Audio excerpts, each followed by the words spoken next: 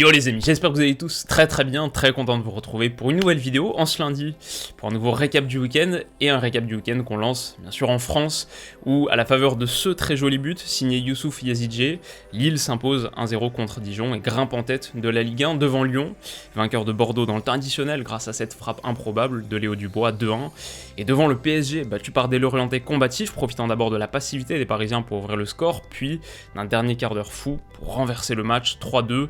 Derrière ce trio, il y a donc Monaco qui enchaîne contre Nantes, à noter la superbe louche de Caio Henrique, presque aussi belle que ce coup franc de Boulaya. Pour Metz qui bat Brest 4-2 et grimpe très haut, comme Lens, victorieux à Montpellier 2-1. Un peu plus bas, Angers bat Nîmes 3-1 et Reims s'offre Strasbourg 1-0. Enfin, grâce à ce but à 2 minutes du terme, Saint-Étienne s'offre une respiration contre Nice 1-0. Alors dans ce décompte, logiquement il manque un match, et c'est le match de l'OM, puisque l'incident majeur du week-end, c'est sans doute joué en dehors des terrains, suite à l'invasion de supporters marseillais à la commanderie. La rencontre de haut de tableau entre l'OM et Rennes a été reportée à une date qui est pour l'instant inconnue. Au classement du coup, on a un quatuor qui se détache nettement, mais son ordre surprend. Lille prend la tête de la Ligue 1 devant l'OL et devant un PSG qui réalise la très mauvaise opération du week-end en glissant à la 3ème place à 3 longueurs de la tête. Monaco est 4ème, Metz 6ème, Lens 7ème et l'OM 9ème, avec 2 matchs de retard certes, contre Lens et Rennes. Enfin, attention à Nantes tout en bas qui se retrouve sous la menace de Lorient notamment. En Angleterre donc, on enchaîne en Angleterre et encore une victoire pour Manchester City sur la plus petite démarche face à Sheffield United 1-0. Le gros travail de Ferran Torres est conclu par Gabriel Jesus qui n'avait pas marqué en Première Ligue depuis 3 mois environ. Encore quelques vraies belles séquences de City qui montent en puissance et enregistrent donc un 12e succès consécutif. Toutes compétitions confondues, on verra le classement dans quelques minutes, mais ils y sont bien logés. Et puis l'écart commence à se faire, notamment puisque Manchester United n'a pas pu faire mieux qu'un match nul. Un match nul et vierge contre Arsenal à l'Emirates. Les Gunners auraient même pu l'emporter en seconde période. Alors première victoire pour le Chelsea de Tuchel ensuite, 2-0 contre Burnley, à noter ce bel enchaînement de Marcos Alonso. Liverpool sur la voie de la guérison également, victorieux à West Ham 3-1, un superbe doublé pour Mohamed Salah, chirurgical dans la surface, à l'image d'un collectif précis et productif, plus en tout cas que Tottenham, battu à Brighton 1-0. Au classement, les Spurs s'enlisent et sont désormais 6ème à 11 longueurs du leader Man City, 44 points donc, 3 de plus qu'United et un match en retard. Liverpool est 3ème à 40, Chelsea 7ème se replace progressivement dans la course au top 4. Alors du côté de la Liga maintenant, encore une défaite, encore une prestation peu convaincante de la part du Real Madrid et peut-être particulièrement pour Eder Militao, exclu au bout de 9 petites minutes de jeu contre Levante. Le club valencien s'impose 2-1 grâce à un but dans le dernier quart d'heure de Roger Marti. Dommage car Kroos avait parfaitement lancé Marcos Asensio pour l'ouverture du score. Dommage aussi car Courtois avait sorti un penalty du même Marti à l'heure de jeu.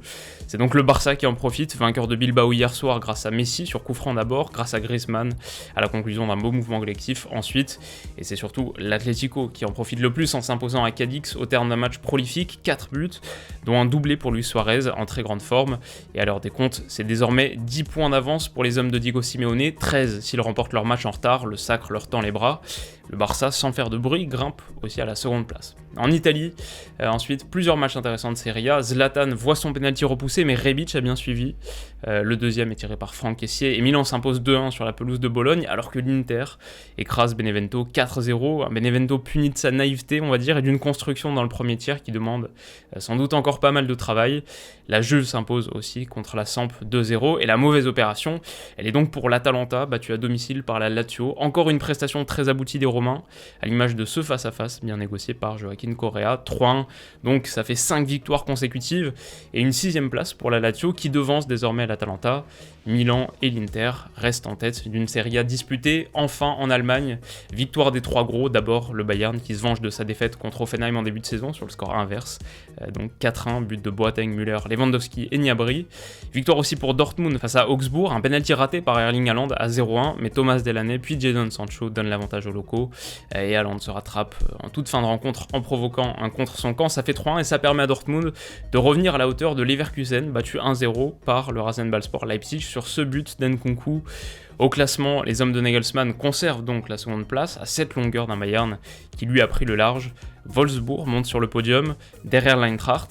le Borussia Dortmund est 6ème, Gladbach 7ème. Donc voilà pour ce récap express du week-end, voilà pour ce tour d'horizon des 5 championnats majeurs. 2 mots pour finir, le premier il est pour Palmeiras quand même, qui a remporté la finale de Copa Libertadores contre Santos, c'était 1-0 samedi soir, c'était un but à la 99e minute, 90 plus 9, dernière seconde du temps additionnel, pour remporter la Libertadores dans une finale brésilo-brésilienne, une finale en un match simple aussi, comme en 2019, changement de format récent pour la Libertadores, donc un dénouement assez épique qui méritait quand même distinction. Ça c'était la première chose, et la deuxième chose, rien à voir avec le football, mais c'est une grosse pensée pour mon pote Clément, qui s'apprête à devenir papa aujourd'hui, le début d'une formidable aventure pour lui, donc voilà, une grosse pensée pour lui, et tous mes vœux de bonheur. J'espère en tout cas que la vidéo vous aura plu. Si c'est le cas, vous pouvez mettre un petit pouce bleu. Si vous voulez pas rater la prochaine qui sort dès demain, une analyse plus approfondie sur un sujet spécifique, vous pouvez vous abonner à la chaîne. Et de notre côté, on se retrouve donc très vite. Prenez soin de vous, passez une excellente semaine et on se dit à bientôt. Bisous.